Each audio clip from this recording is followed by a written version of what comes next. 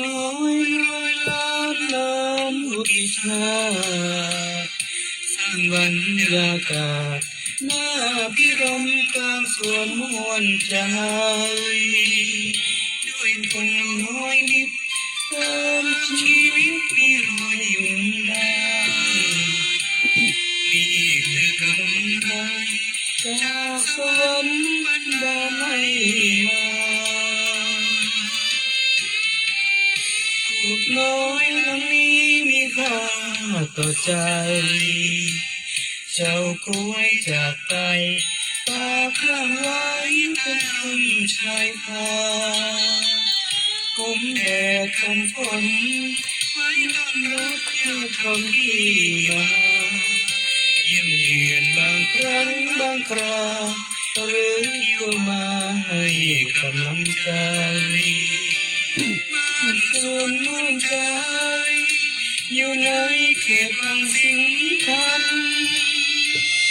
จากรถเทียบตามสายน้ำพิงด้วยอิงเที่ยวร้ายน้ำชมสองฝั่งบางสิงคำแสนประทับใจวัดวาอารามเรียงรายอิ่มใจเมื่อมาได้ชมคอยรักคอยความเมตตานับเป็นบุญวาสนาคิดสร้างมาในคราเหมาะสมโควิด19ทำให้คนทั้งโลกพร้อมทนผลบุญที่เราสร้างสมคือวัคซีนป้องกันโรคภัย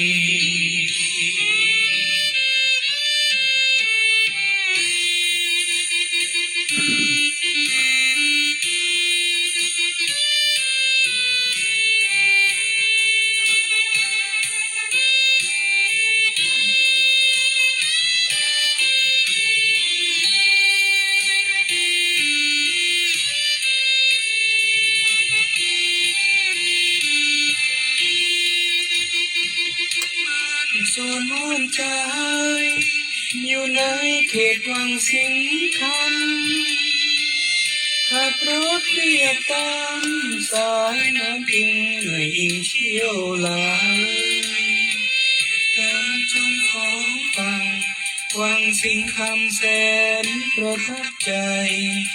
วัดวาอารามเรียงรายอิ่มใจเมื่อมาได้ชมลูกน้อยคอยรักคอยความเมตตานับเป็นบุญวาสนาคิดสร้างมาในคราเหมาะสมโควิด19ทำให้คนทั้งโลกตรอมตรมผลบุญที่เราสร้างสมคือวัคซีนป้องกันโรคภัย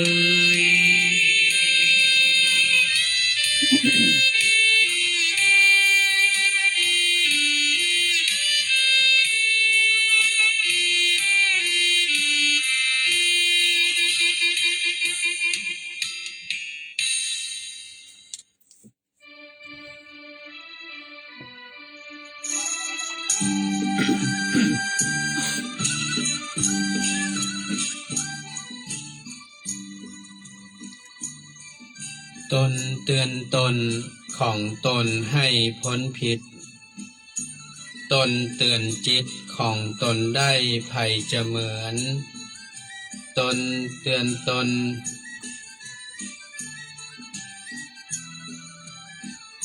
เตือนตนของตนให้พ้นผิดตนเตือนจิตของตนได้ภัยจะเหมือนเตือนตนบ่ได้ภัยจะเตือนตนแช่เชือนเตือนตนให้พ้นภัยขอความสุขสวัสดีจงบังเกิดมีแก่ท่านผู้ฟังแฟนรายการฟังสบายสไตล์วุฒิชาติทางคลื่นสถานีวิทยุท้องถิ่นจังหวัดเชียงใหม่คลื่นพระพุทธศาสนา และจริยธรรม FM 96.0 เมกะเฮิรตซ์อุปถัมภ์โดยมูลนิธิพระบรมธาตุเจ้าดอยสุเทพดำเนินรายการโดยผมเป็นนันท์วุฒิชาติคำปันขอบพระคุณนะครับพระเดชพระคุณหลวงพ่อพระธรรมเสนาบดีเจ้าวาดวัดพระบรมธาตุดอยสุเทพเจ้าคณะภาคเจ็ดประธานมูลนิธิคือการอุปถัมภ์รายการทุกรายการทางคลื่นสถานีวิทยุ FM 96ขอบคุณท่านผู้อำนวยการคณะกรรมการบริหารเจ้าหน้าที่ควบคุมห้องส่งวัดดอยสุเทพท่านอาจารย์พระมหาประสิทธิ์ประสาธิโกขอบพระคุณท่านพระครูเจ้าวาดวัดหนองกายเจ้าหน้าที่ควบคุมห้องส่งวัดหนองกายทั้งคฤหัสถ์และบรรพชิตเมตตาก็เชื่อมสัญญาณวันจันทร์ถึงวันศุกร์ 11 โมงถึงเที่ยงแจ้งท่านผู้ฟังนะครับวันพรุ่งนี้น่าจะมีการถ่ายทอดสัญญาณเสียงจากทางตรงที่ขวงอนุสาวรีย์สามกษัตริย์เนาะ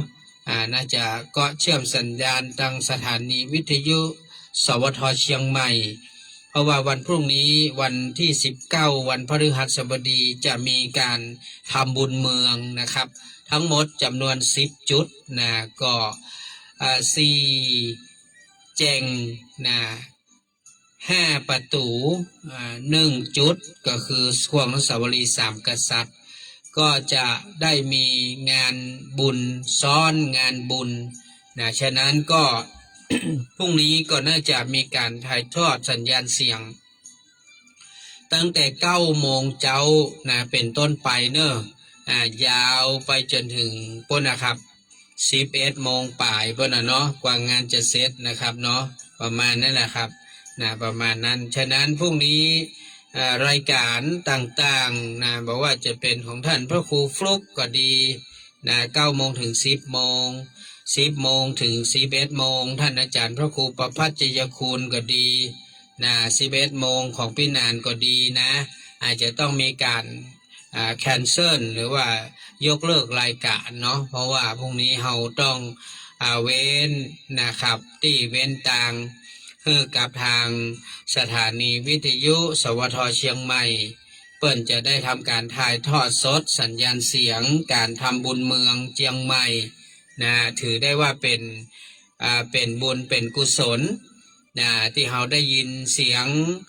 ครูบาอาจารย์นะครับสวดมนต์นะครับเทศธรรมก็ดีเพื่อที่จะได้ขจัดปัดเป่า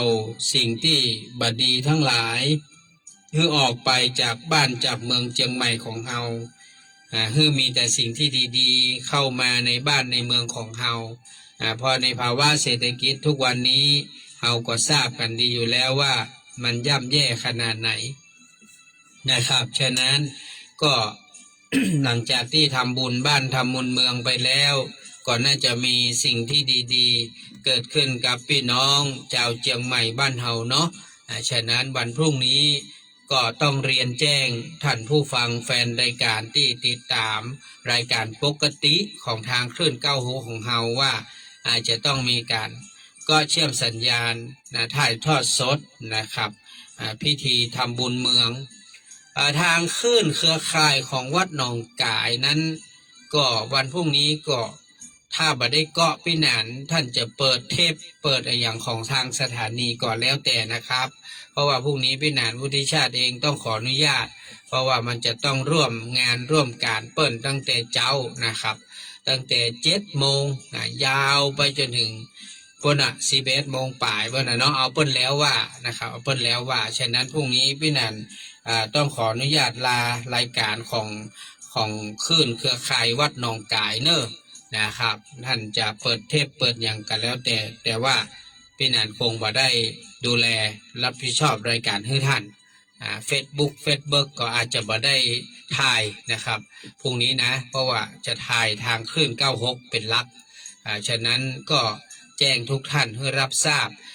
ก็เป็นประจำกู้ปีนะครับเวลาที่เรามีการทำบุญเมืองเราจะมีการก็เชื่อมสัญญาณสถานีวิทยุสวทเชียงใหม่อันนี้เป็นเรื่องปกตินะครับก็เดียวจะได้แจ้งให้ท่านอาจารย์พระมหาประสิทธิ์นะได้รับทราบว่าวันพรุ่งนี้ ก็ถ้าก็สวทได้ก็ เมตตาเกาะคือกรรมเพราะว่าถ้าเกาะตังลุ่มมันเหมือนเกาะตังบนเกาะตังบนนี่สัญญาณมันจะชัดเจนนะครับแต่ถ้าเกาะตังลุ่มบางทีมันอาจจะปุดขาดนะครับฉะนั้นก็พรุ่งนี้ท่านอาจารย์พระมหาประสิทธิ์ก็ลองเช็คสัญญาณดูกำเนิดของสวทเชียงใหม่นะตั้งแต่9 โมงเป็นต้นไปนะครับถ้าสามารถเกาะได้ก็เมตตาเกาะคือกรรมเนาะพี่นันก็จะไปอยู่ร่วมงานตัวเปิดนะครับ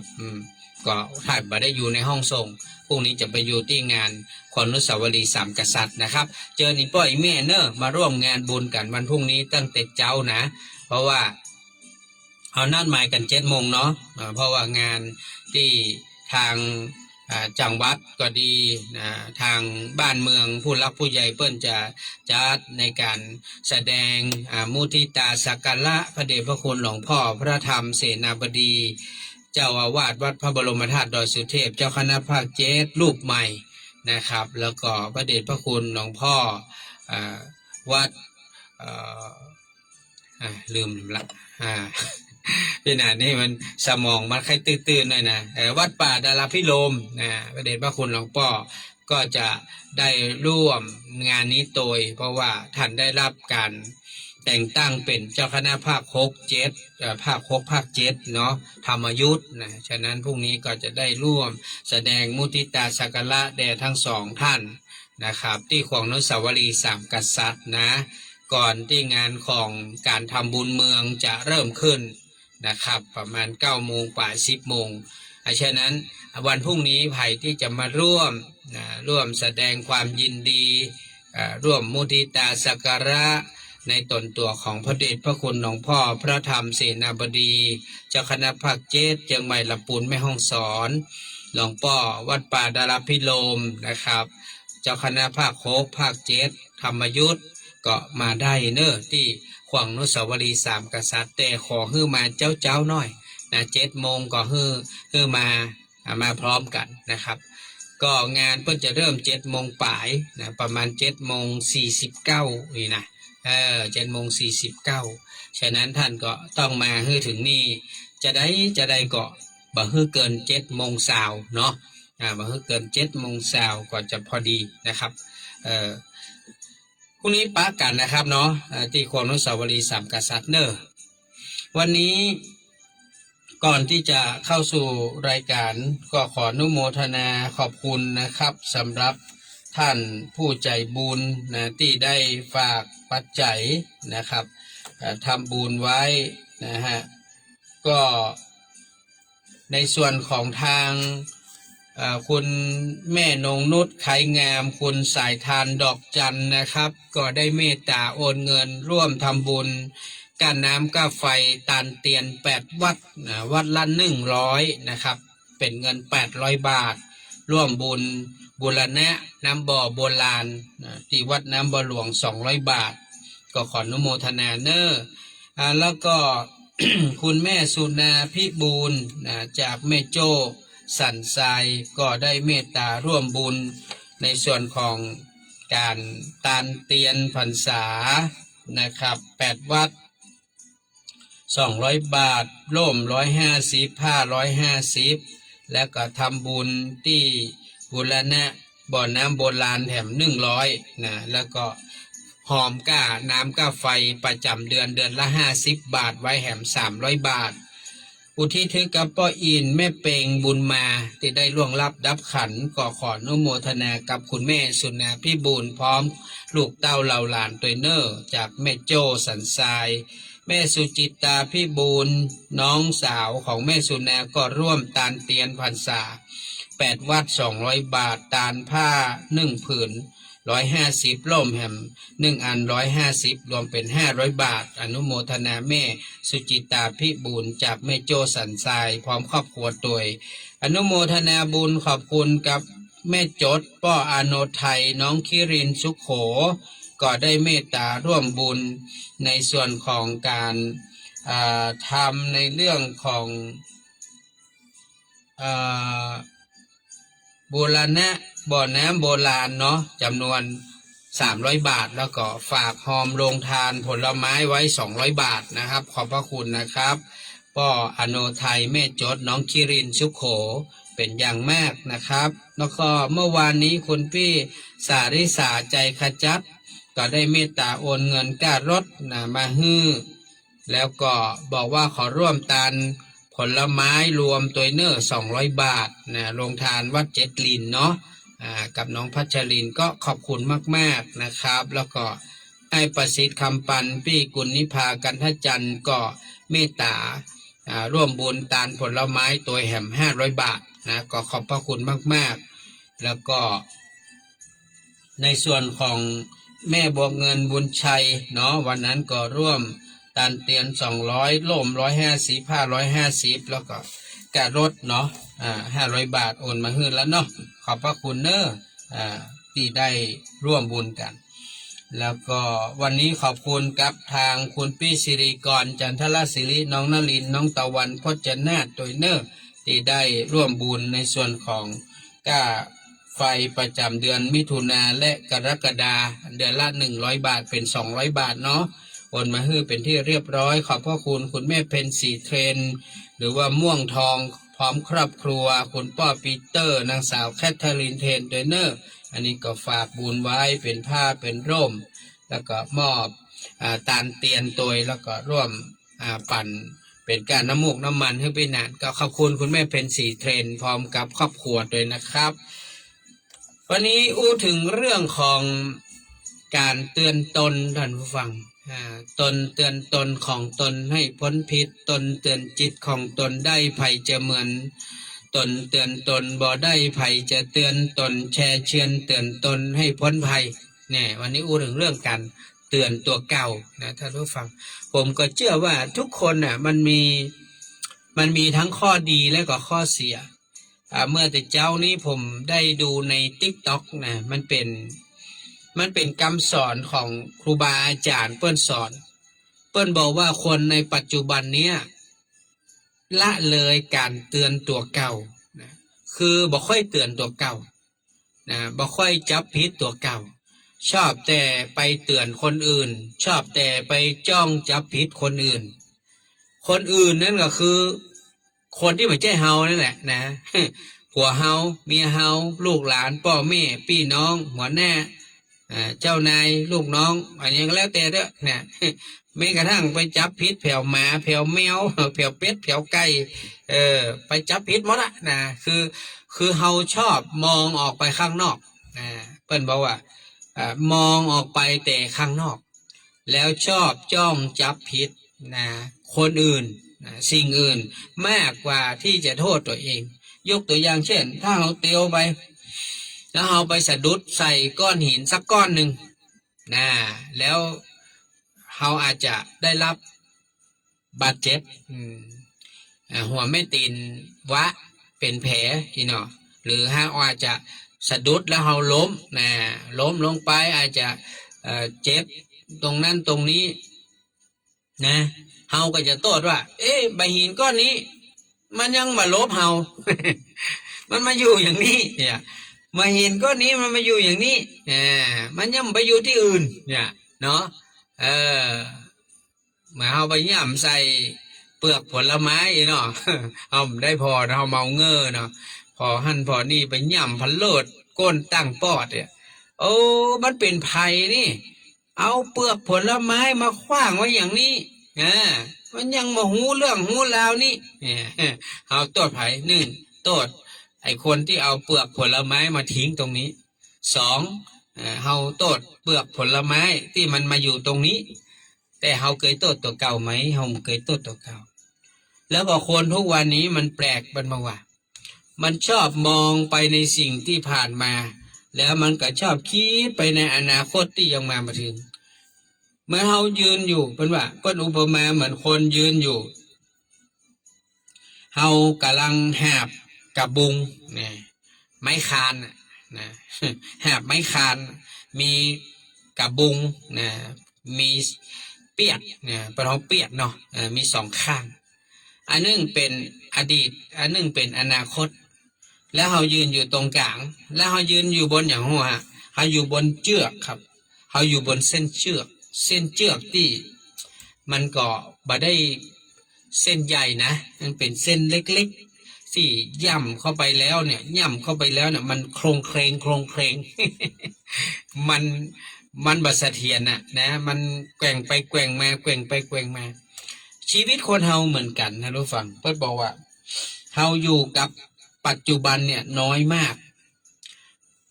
จิตของเฮาอยู่กับปัจจุบันอยู่ณขณะนี้เวลานี้เนี่ยน้อยมากท่านจะหูได้อย่างไรว่าจิตท่านอยู่กับปัจจุบันหรือไม่เช็คบ่ยากเลยเวลาที่ท่านคิดก็ดีเวลาที่ท่านอู้ออกไปเวลาที่ท่านทำอย่างก็ดี ถ้าท่านหูตั๋วนะถ้าท่านหูตั๋วและลึกได้ว่าท่านกำลังคิดอย่างอยู่และลึกได้ว่าท่านกำลังอู้อย่างอยู่และลึกได้ว่าท่านกำลังทำอย่างอยู่ถ้าท่านระลึกได้แบบนี้แสดงว่าท่านอยู่กับปัจจุบันนะพระครูบาอาจารย์จะบอกเสมอว่าการปฏิบัติธรรมน่ะให้อยู่กับตัวเองคือหมายความว่าให้อยู่กับตัวเองคือให้รู้ปัจจุบันใช้คำว่าปัจจุบันอารมณ์ณขณะนี้เนี่ยณขณะนี้นะสิ่งที่มันผ่านมาแต่กี้นี้บ่ใจสิ่งที่มันยังมาบ่ถึงก็บ่ใจฉะนั้นชีวิตคนเฮาทุกวันนี้เฮามักจะอยู่กับความสุขหรือความทุกข์ที่มันผ่านมาในอดีตและเฮาก็จะอยู่กับความทุกข์หรือความสุขที่มันเป็นความหวังที่มันยังลอยเคว้งคว้างอยู่ในกลางอากาศมันอาจจะยวะหรือมันอาจจะหยวดลงเวลาไหนก็ได้เมื่อใดก็ได้ฉะนั้นคนทุกวันนี้ จึงมีความทุกข์มากกว่าความสุข แม่นะฮะเฮามีความทุกข์มากกว่าความสุขทุกข์ที่เฮา แต่ว่ามันซื้อละ บถูกหวย คาดหวังไปเยอะจะเอาเงินไปใจหนี้จะเอาเงินไปปั่นคนนั้นแบ่งคนนี้จะเอาไปซื้อของซื้อครัวมันตบไปแล้วมันได้ละนะมันได้ละก็ยังไปเก็บเอาความรู้สึกนั้นน่ะมาคิดซ้ำแล้วซ้ำแถมจนกินบ่ได้จนนอนบ่หลับเพราะความเสียดายมันยังมาฮือเฮาเนี่ยเนาะนี่ยังมาฮือเฮาเนี่ยเฮาอุตส่าห์เนี่ยทำบุญทำทานเฮาอุตส่าห์ทำโน่นทำนี่ยังมาฮือเฮานี่โตดไปถึงไผเทบุตรเทวดานี่ก็ได้เด้ส่งบุญให้ตึงวันเนี่ยกินทานก็ส่งบุญให้รักษาศีลก็ส่งบุญให้ไหว้พระสวดมนต์ภาวนาก็ส่งบุญให้ฟังน้ำฟังธรรมทุกวันนี้ก็ส่งบุญให้มาช่วยกันเลยนี่ มาช่วยกันทำมาหากินเลยเนี่ยนะเห็นไหมเทวดาก็โดนนะ แล้วก็ลามาแหมมันเป็นตาเจ้ากรรมนายเวรเนี่ยนี่มันนักมันหลายเฮ้ยมันคัดมันขวางแต่ปะเล็ดไปปะเล็ดมาเดี๋ยวกับพะเลิดขึ้นทางบนเดี๋ยวกับพะเลิดลงทางลุ่มเนี่ยโตดไปหาเจ้ากรรมนายเวรบนมีหูนะโตดไปก่อนละ เคยโตดดอกเก่าก่อนก็มาเคยนะบางครั้งเนี่ยเพิ่นบอกคนเฮาถ้าเฮามีดวงนะ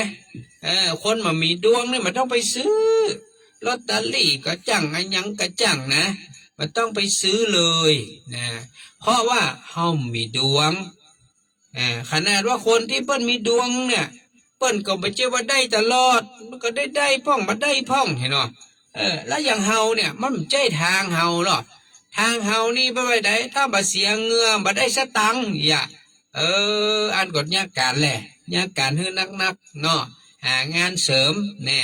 มันก็จะได้เงินได้ทองได้เข้าได้ของมามันต้องไปล้อหวังโชคหวังลาภเด้อมันต้องมาได้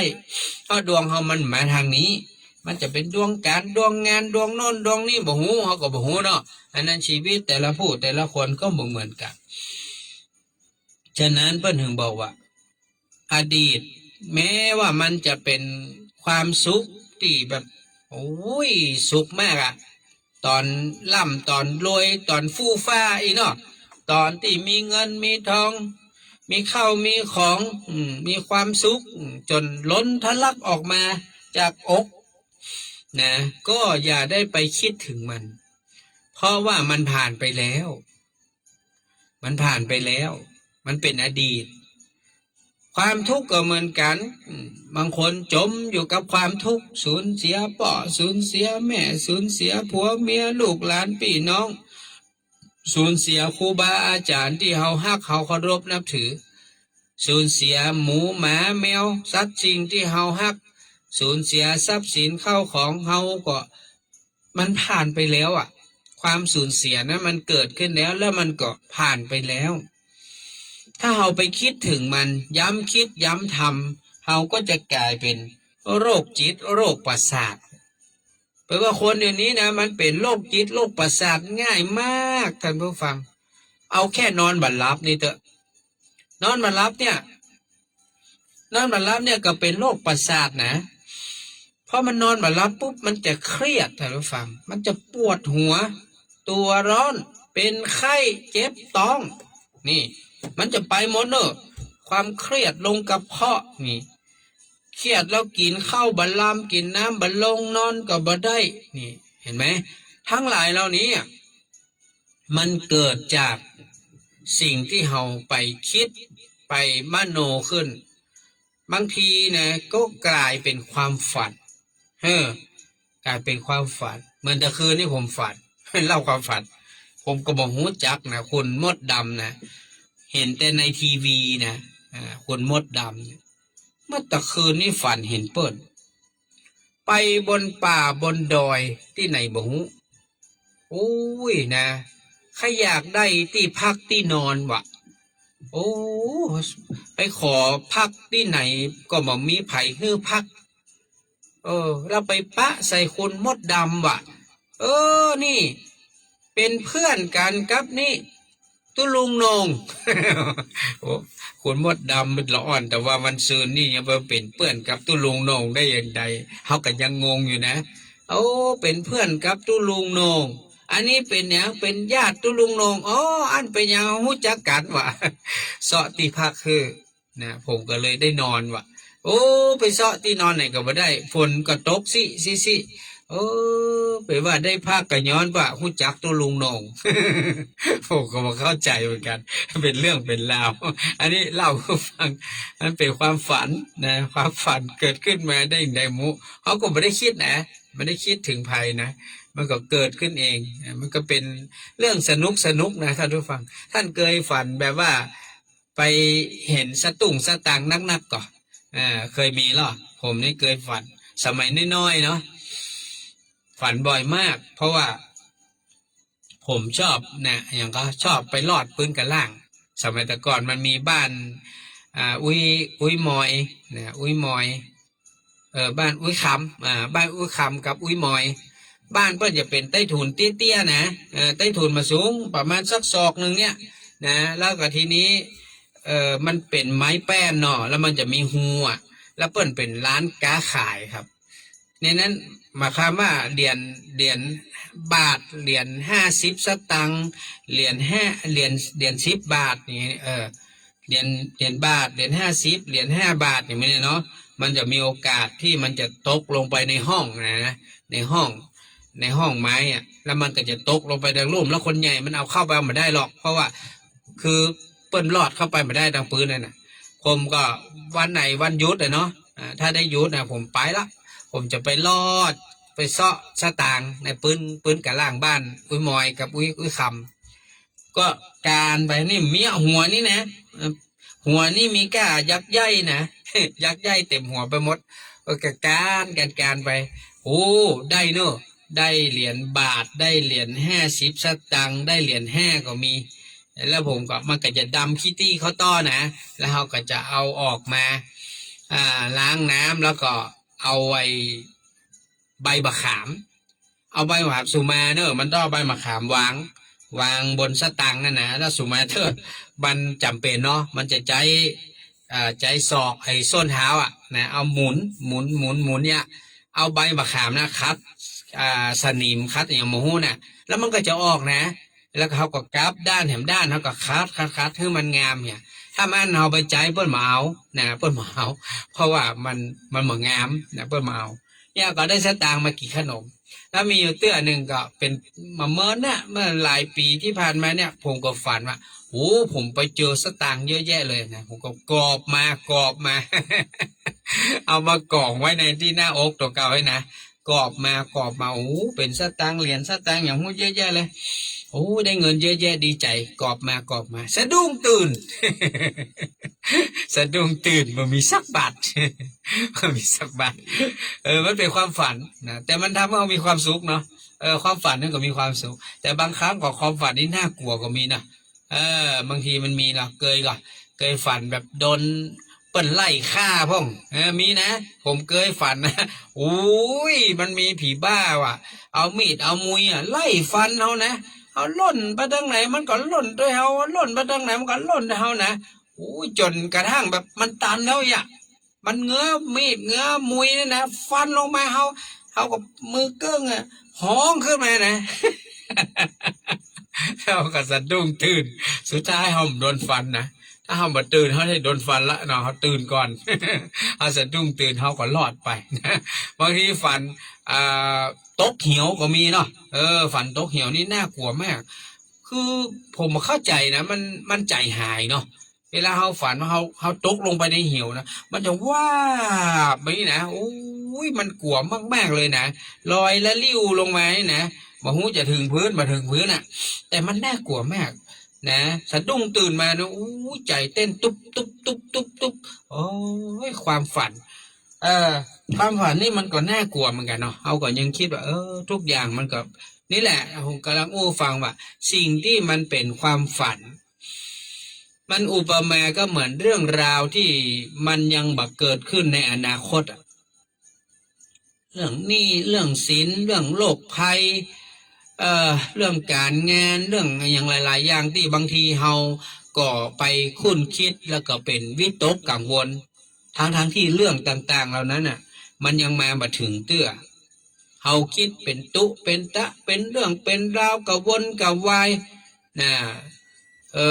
เนี่ยเป็นเพราะว่าความคิดหรือความคาดหวังต่างๆที่มันเป็นเรื่องในอนาคตเนี่ยบางทีมันไม่ได้เป็นอย่างนั้นหรอกเฮาจะกล้าที่จะเผชิญหน้ากับมันหรือไม่ผมเคยมีนะจะไปอู้กับเปิ้ลนะวันพูกวันฮือเนี่ยกึดกับอู้ท่านผู้ฟังฮู้ก่อนกึดเป็นเรื่องเป็นราวเนอะลูกมาเขียนไว้ก็มีเขียนว่าจะอู้แบบนี้เนาะจะอู้แบบนี้จะอู้แบบนี้พอไปถึงปุ๊บถึงวันที่เขาต้องไปอู้จริงๆอะนะโอ้มันเจ้เรื่องที่เขาจดเขาเขียนไว้สักอย่างอะมันกลายเป็นคนละเรื่องไปเลยกลายเป็นเรื่องในเรื่องเบาไปอ่ะไม่ใช่เรื่องที่เขาคิดว่าเขาจะอู้นะมันไม่ได้อู้อย่างที่เขาคิดไว้สักอย่างที่เขาจดเขาหมายไว้เอาไปมากลายเป็นเรื่องในเรื่องเบาบุนะแต่ทั้งที่เขาโอ้วาดไว้เป็นอย่างอันนี้คือสิ่งที่กำลังอู้ให้ฟังว่าชีวิตคนเฮาเนี่ยมันบ่สามารถที่จะไปคาดหวังหรือกำหนดกฎเกณฑ์อะไรอย่างได้เฉพาะเฮานะเฉพาะชีวิตเฮานะเฮาเหมือนยังไม่ได้ไปอู้ถึงชีวิตคนอื่นด้วยนะชีวิตคนอื่นที่เป็นผัวเฮาเมียเฮาพ่อแม่พี่น้องลูกหลานเฮานี่เฮายังไม่ได้คิดถึงนะเฮาคิดถึงการเรื่องตัวเก่านะยังไม่ได้ไปคิดถึงเรื่องคนอื่นเลยฉะนั้นอันนี้คือสิ่งที่อยากจะฝากท่านผู้ฟังไว้ว่าการที่มันเตือนมันพิจารณาตัวเก่าเขาจะสังเกตอย่างพระพุทธรูปเนาะเปิ้นจะบ่พอไก่พุทธรูปนี่นะเปิ้นจะพอลงมาแค่นั้นพอลงมาที่ร่างกายของเขาเนี่ยกว้างศอกยาววาหนาคืบพอเข้าถึงจิตถึงใจเขาแค่นั้นเองว่าเขามีความคิดอย่างนะร่างกายของเขาแต่ละส่วนเนี่ยตาหูจมูกลิ้นกายใจของเขาเนี่ยมันมีอย่างที่ปกติหรือมันขาดตกบกพร่องอย่างใดไปก่อนนะเฮาจะต้องบอกตัวเก่าอย่างนี้นะว่าในแต่ละวันนะท่านผู้ฟังเขาจะต้องมันบอกตัวเก่าว่าวันนี้เขาเป็นจะใดวันผูกเขาจะเป็นจะใดเขาบอกว่าแต่วันเนี้ยเขาหูแน่ตั้งแต่ตื่นเช้ามาจนถึงกลางวันเนี่ยจะเดียวกับบ่ายก็เดียวกับค่ำเนี่ย เฮาแค่ดูแค่นี้พอละแค่ดูวันต่อวันนะมันต้องไปคิดถึงวันพุกวันฮือที่ยังมาถึงมันต้องไปคิดถึงตะวันก่อนที่มันผ่านมาแล้วมันต้องไปคิดถึงมันนะฮืออยู่กับตอนนี้เวลานี้ฮือนักที่สุดประคับประคองกายของเฮาใจของเฮานะฮือมันอยู่กับปัจจุบันเนี่ยฮือได้มากที่สุดนั่นก็คือเป็นวิธีการเปิ้นเฮาว่าปฏิบัติธรรมอย่างหนึ่งนะนั้นการปฏิบัติธรรมเนี่ยก็คือการตามดูรู้ทันเปิดว่านะภาษากำเมืองเขาก็ตัวพ่อมันหูตันมันเนี่ยตามดูรู้ทันเนี่ยนะคือหูคือหันมันนะมาว่ามันจะคิดอะไรอย่างมาว่ามันจะอู้อะไรอย่างมาว่ามันจะทำอะไรอย่างคือเฮาอยู่กับคณะตอนนี้ปัจจุบันนี้คือนักที่สุดท่านมีหน้าที่อย่างตอนนี้ท่านเป็นพ่อค้าแม่ขายท่านก็มีหน้าที่ค้าขายของท่านท่านทำงานท่านก็มีหน้าที่ทำงานของท่านมีจิตใจจดจ่ออยู่กับสิ่งที่ท่านกำลังคิดกำลังพูดกำลังทำนี่ตะอี้แหละเนี่ยตะอี้แหละมันก็จะเป็นสิ่งที่ดีเพราะวันนี้เป็นวันอย่างวันพระเนาะวันพระวันนี้เป็นวันพระฉะนั้นหลายท่านก็กำลังคิดในใจว่าวันพระนี่เฮาอยากได้อย่างจากวันพระพ่องวันพระก็คือวันที่เฮาจะต้องพยายามอยู่กับศีลกับธรรมอยู่กับศีลกับธรรมเพื่อได้นักที่สุดหรือว่าศีลธรรมกรรมฐานนี่นะทีนี้เฮาอยากจะเริ่มต้นอย่างก็เริ่มต้นเหียอย่างบางคนบ่เคยคิดจะไหว้พระสวดมนต์ก่อนนอนเลยก่อนลองทำดูลองไหว้พระสวดมนต์น้อยๆแล้วก็ภาวนาแล้วก็แผ่เมตตาลองทำมาต้องไปห้องพระเอากลางสลีนั่นแหละท่านนอนที่ท่านก็เอาตรงนั้นแหละนะมาต้องไปกลางไปห้องพระห้องอย่างนั้นเอาสลีที่นอนท่านนั่นแหละนะมันเฮาโมโหถามว่าเวลาท่านจะตายท่านตายที่ไหนชื่อว่าก่อนที่ท่านจะตายชื่อว่าท่านนอนแล้วลวดเลยเนาะท่านตายที่ไหนท่านไปตายในห้องพระกะไม่ใช่ท่านตายที่สลีนั่นแหละตายที่สลีที่ท่านนอนนั่นแหละนะฉะนั้นท่านก็ไหว้พระนะก็กราบหมอนนั่นแหละหมอนที่ท่านหนุนเนี่ยนะกราบหมอนไหว้พระแล้วก็สวดมนต์แล้วก็ภาวนาแล้วก็แผ่เมตตานะฮือตัวเก่าแผ่เมตตาฮือคนอื่นสรรพสัตว์ทั้งหลายเหียแล้วท่านก็นอนสลิปปิ้งรับไปแล้วถ้าเกิดว่าเฮาหมดบุญตายจากความเป็นมนุษย์ไปนะท่านก็นอนตายที่บนสลีท่านนอนนั่นแหละแล้วท่านก็ไปนะจิตวิญญาณท่านก็ออกไปใช่ไหมฮะคนส่วนมากคนแก่คนเฒ่าตายที่ไหนตายที่สลีที่นอนตายที่ในบ้านตัวเก่านั่นแหละเนาะ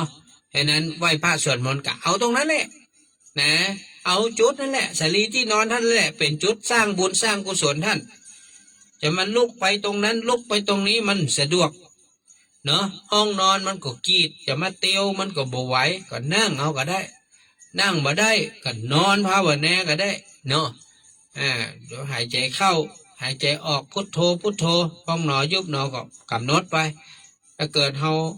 หมดบุญไปเขาก็ไปอยากตรงนั้นแหละไปดีไปงามนะท่านผู้ฟังนะอันนี้ก็ฝากทุกท่านขอบคุณนะคุณวันทนาบอกว่าสวัสดีเจ้าพี่หนานฟั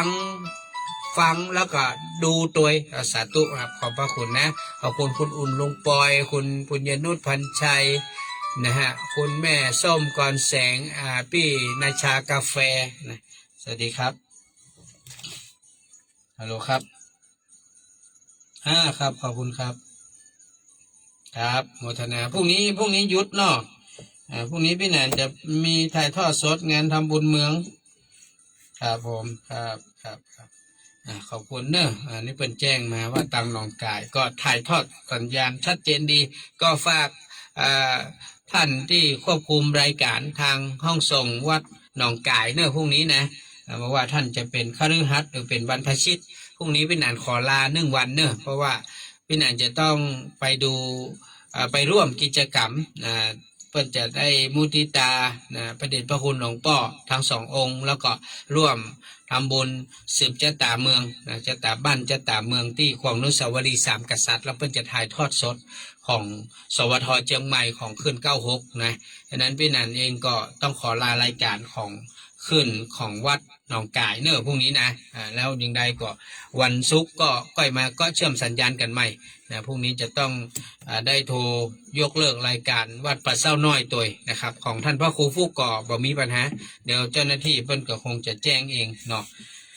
อันนี้ท่านผู้ฟังแล้วก็งานที่เฮามีก็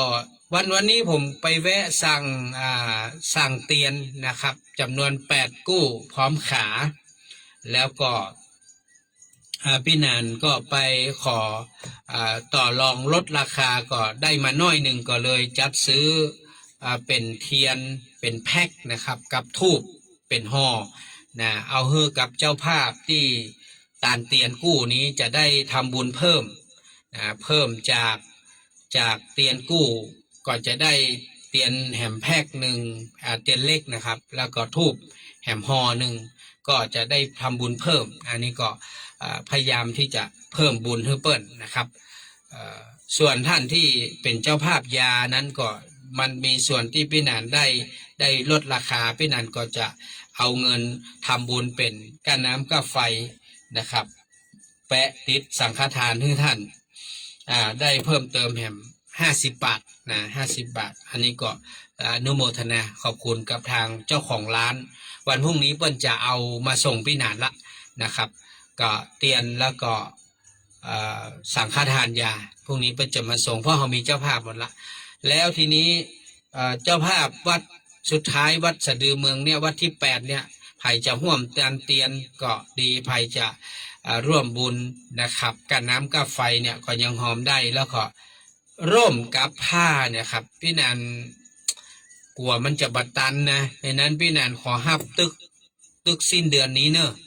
สิ้นเดือนนี้ก็แล้วกันมาคำว่าสิ้นเดือนมิถุนาเนี่ยก็คือวันสุดท้ายก็คือ30 มิถุนาพี่นันกลัวมาตันเพราะว่าพี่นันจะต้องมาพิมพ์รายชื่อแล้วก็เอาติดแปะที่ผ้า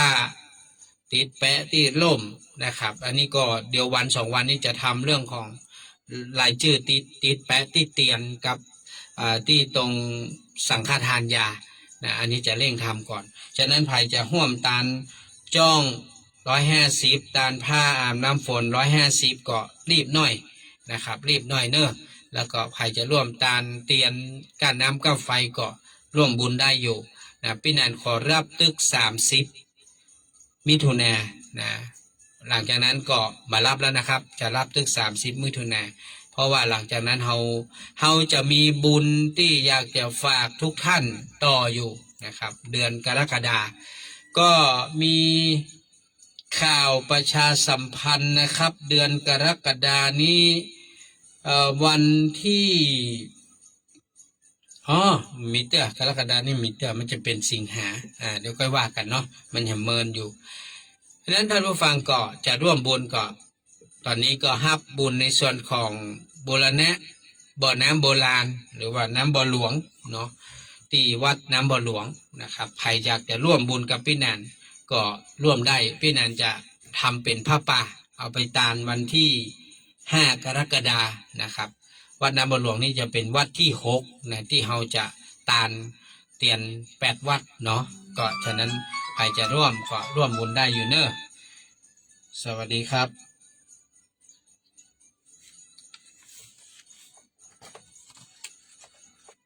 วันพุธก็แม่ปกตินั่นแหละเพียงแต่มันไม่ได้ออกรายการต้องดูก่อนว่าเปิ้นถ่ายทอดเสร็จกี่โมงนะครับได้ปกตินั่นแหละปกตินั่นแหละเป็นยังครับก็ขอบคุณแม่สุภาอุปนันท์นะเพิ่นจะได้โอนปัจจัยทำบุญที่ได้รับไว้ก็อนุโมทนาเด้อขอบคุณมากๆนะครับก็มี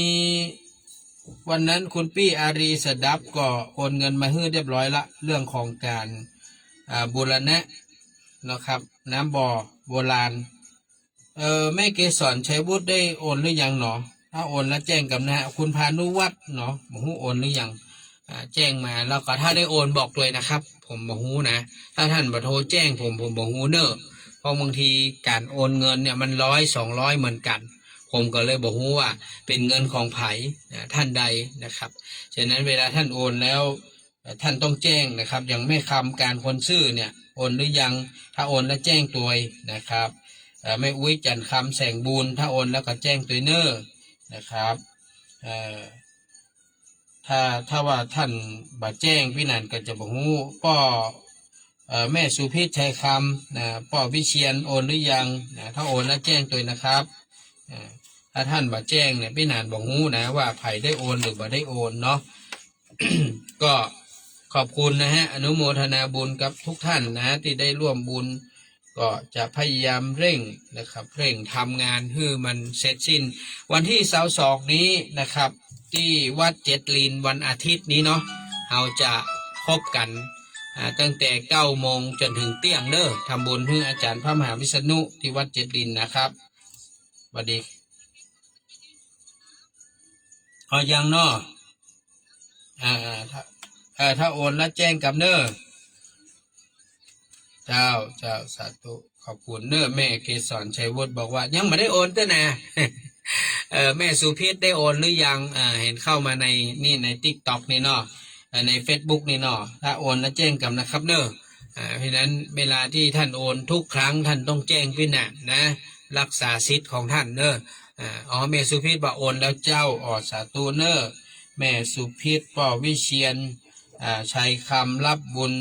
บุรณะน้ำบ่อโบราณ100เนาะแม่เนาะโอนมาแล้วสาธุเนอเนี้ยเราจะได้หูนะครับพี่นานบอกหูนะว่าไผ่ได้โอนไม่ได้โอนนั้นก็วัดเจ็ดลินวันที่22นี้ก็ทำบุญครบ50 วันเนาะของการจากไปของท่านอาจารย์พระมหาวิษณุจารุธรรมโมอดีตเจ้าวาดวัดเจ็ดลินท่านที่จะนำลงทานไปร่วมก็ดีท่านจะไปฝากหอมการเทศการธรรมก็สามารถไปร่วมได้ที่รักษาการเจ้าอาวาสวัดเจ็ดลินท่านใหม่เนาะ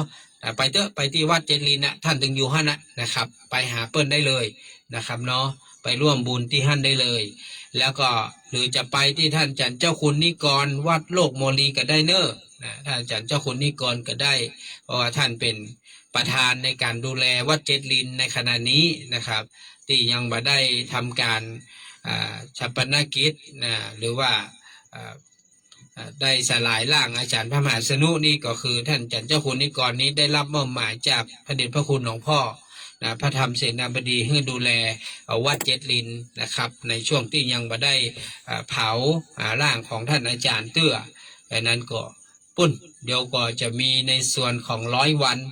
ก่อนในวันที่น่าจะเป็น22 สิงหานะครับเนาะแล้วก็การที่จะทำบุญได้ประชุมเพลิงร่างของอาจารย์พระมหาวิษณุน่าจะเป็นช่วง22 กุมภาปี69ปีหน้าเนอะฉะนั้นใครที่เป็นลูกศิษย์ลูกหาเคารพนับถือในท่านอาจารย์พระมหาวิษณุก็สามารถร่วมบุญได้ตามที่พี่นันได้แจ้งไปนะครับ22นี้แล้วก็22 สิงหา100 วัน22 กุมภาก็จะประชุมเพลิงเนาะทำบุญสลายร่างเพื่อท่านอาจารย์เปิ้ลนะครับอันนี้ก็คุณความดีที่เปิ้ลได้ทำเพื่อกับวัดวาอารามกับพระศาสนากับสถานีวิทยุขึ้น96นี่ก็มีมีหลายท่านอาจารย์พระมหาวิษณุเนี่ยนะครับท่านก็อยู่กับสถานีวิทยุของเรามาร่วมเกือบ20 ปีนะครับก็ไล่กับพี่นานนี่แหละนะฮะก็อยู่ด้วยกันมาแล้วก็ผมกับท่านอาจารย์มหาวิษณุก็ถือว่าเป็น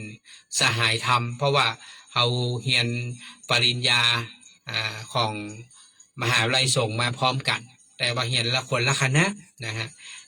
อย่างท่านอาจารย์เจ้าคุณนิกรนี่ก็เหมือนกันเป็นรุ่นเดียวกับผมนี่แหละอาจารย์พระครูวิสุวัตรวัดฝ่ายหินก็ดีอาจารย์สาธิตที่ลำปางก็ดีหลายตนหลายองค์ก็เรียนรุ่นเดียวกันนะเมื่อปี2542นะครับ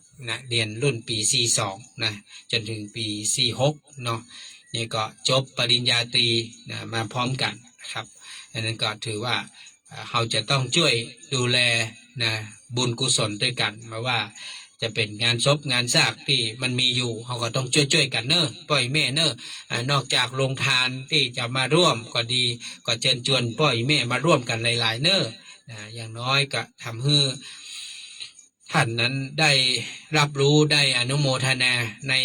เมตตาของศรัทธาญาติโยมไม่ใช่ว่าคนเฮาฮักกันต่อเมื่อมีชีวิตพอตายจากกันก็ลงลืมกันไปอันนี้ก็บ่ใช่สิ่งที่ถูกต้องเราต้องคิดถึงคุณความดีที่เพิ่นมีต่อเฮาอย่างศรัทธาญาติโยมหลายท่านได้ฟังธรรมะคำสอนนะของท่านอาจารย์พระมหาวิษณุก็ดีได้เคยไปร่วมแสวงบุญไปกินไปตานไปสร้างโน่นสร้างนี่มากับท่านอาจารย์พระมหาวิษณุนะก็เฮาคิดถึงบุญกุศลที่ท่านปาเฮาเนี่ยปาเฮาทำเนี่ยก็เป็นสิ่งที่เฮาจะต้องแสดงความกตัญญูตอบแทนท่านแม้กระทั่งผมเองเนี่ยก็บ่ได้ค่อยได้ติดตามหลามตัวท่านนะแต่ว่าเฮาด้วยความเป็นสหายธรรมกันและแหมอย่างก็เฮาก็อยู่สถานีขึ้น96ด้วยกันนะครับช่วยเหลือเกื้อกูลซึ่งกันและกันเนี่ยท่านผู้ฟังเพิ่นว่าอาศัยความดีของผู้ตายนะอาศัยน้ำใจของผู้อยู่คือหมู่เฮาเนี่ยเมื่อเฮายังมีชีวิตเฮายังมีลมหายใจเฮาต้องมีน้ำใจนะน้ำใจการทำบุญทำทานเพื่อผู้ที่ล่วงลับดับขันมันเป็นหน้าที่หมู่เฮาจะต้องทำไม่ใช่ว่าเพิ่นเป็นตู้เจ้าบุญเปิ้นนักเปิ้นหลายมันต้องทำเพราะเปิ้นก็ได้ไม่ใช่นะครับบุญกุศลมันสามารถทำให้กันได้ส่งให้กันได้นะส่วนว่าเปิ้นจะได้รับบ่ได้รับมันก็เป็นเรื่องนึงนะครับแต่เฮานี่แหละเป็นผู้ทำเฮาย่อมเป็นผู้ได้รับอย่างทุกๆครั้งพี่นันก็รู้สึกขอบคุณแล้วก็ยินดีปรับปลื้มใจที่ทุกท่านได้ร่วมบุญกันเทศกันธรรมตัวพี่นันจะได้ไปหอมท่านอาจารย์พระมหาวิษณุด้วยกันแล้วก็ร่วมบุญลงทานด้วยกันแถมก็ขอบคุณมากๆนะครับขอบคุณน้ำใจของทุกท่านอนุโมทนากับท่านที่ได้นำลงทานไปเลี้ยงอย่างท่านพระครูไก่วัดหมู่บุญโชติกุลสุวรรณารามพร้อมลูกศิษย์ลูกหาศรัทธาญาติโยมเพิ่นก็มีน้ำใจไปช่วยงานทุกครั้งนะที่มีบุญอย่างก็แล้วแต่ที่วัดเจ็ดลินแล้วก็อนุโมทนากับพ่อแม่ทุกท่านเนอะที่ได้นำลงทานไปเลี้ยงคนเล็กคนน้อยนะครับแล้วก็อนุโมทนากับคุณน้องพัชรินสุกันโทพร้อมด้วยครอบครัวญาติมิตรกัลยาณธรรมตัวเนอะที่ได้นำผลไม้รวมไปล่วงเลี้ยงตามสัจจวาจาอันนี้ก็ขออนุโมทนาวันนี้ก็พอเวลาก็หมดเวลาคงต้องน้อมนำรายการฟังสบายสไตล์วุฒิชาติจากลายป้อยแม่ท่านผู้ฟังไปก่อนก็บัดนี้ลืมนะครับวันพรุ่งนี้นะเฮาจะงดรายการปกติเนอะจะทำการถ่ายทอดสดการทำบุญบ้านทำบุญเมืองนะครับเนาะที่ขวงอนุสาวรีย์สามกษัตริย์ก็น่าจะตั้งแต่9 โมงปลายนี่แหละไปจนถึงเซตงานก็น่าจะประมาณ11 โมงปลายนี่แหละเนาะกว่าเพิ่นจะทำบุญถวายทานเรียบร้อยแต่พี่นันก็บ่แน่ใจว่าจะได้ออกรายการอู้จ่ากับตันดาท่านผู้ฟังอาจจะเป็น11 โมงปลายนั่นแหละนะอาจจะ11 โมงเช้า11 โมงเกิงก็เดี๋ยวดูผมกำนะครับผมยังไม่แน่ใจนะเรื่องของเวลาที่จะมาออกอากาศอู้จ่าฉะนั้นขึ้นเครือข่ายวัดหนองกายก็พรุ่งนี้ของดไปก่อนเนาะงดไปก่อนเพราะว่าผมกลัวมาจัดให้ท่านบัตันตามเวลาที่เฮาเคยออกฉะนั้นก็ขอบคุณอนุโมทนาบุญไว้ณโอกาสนี้ครับลาไปก่อนครับสวัสดีครับ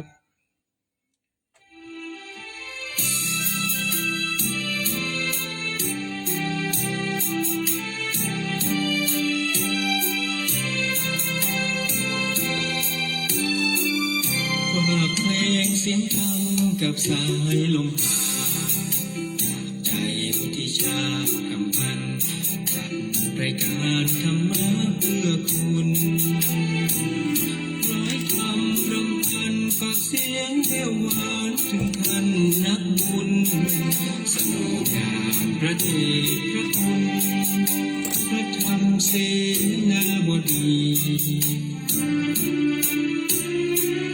เกิดมาโชคดีได้ทำบุญสร้างสรรค์งานที่ใจรักใจหลักทำนำ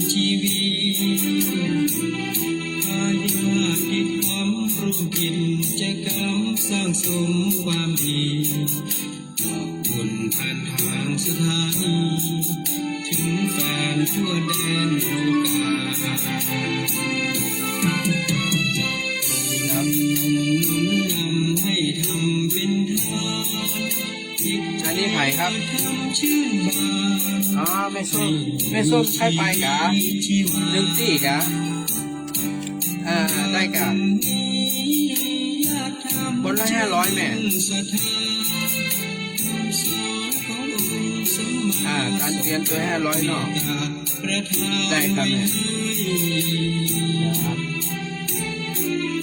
และจงโชคดีและมีความสุข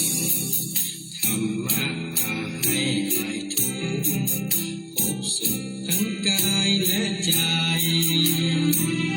พุทธิชาติทำพันขอบคุณทุกท่านให้กำลังใจฟังกันสบายสบายสบายคนนอนหน้าจอทุกวัน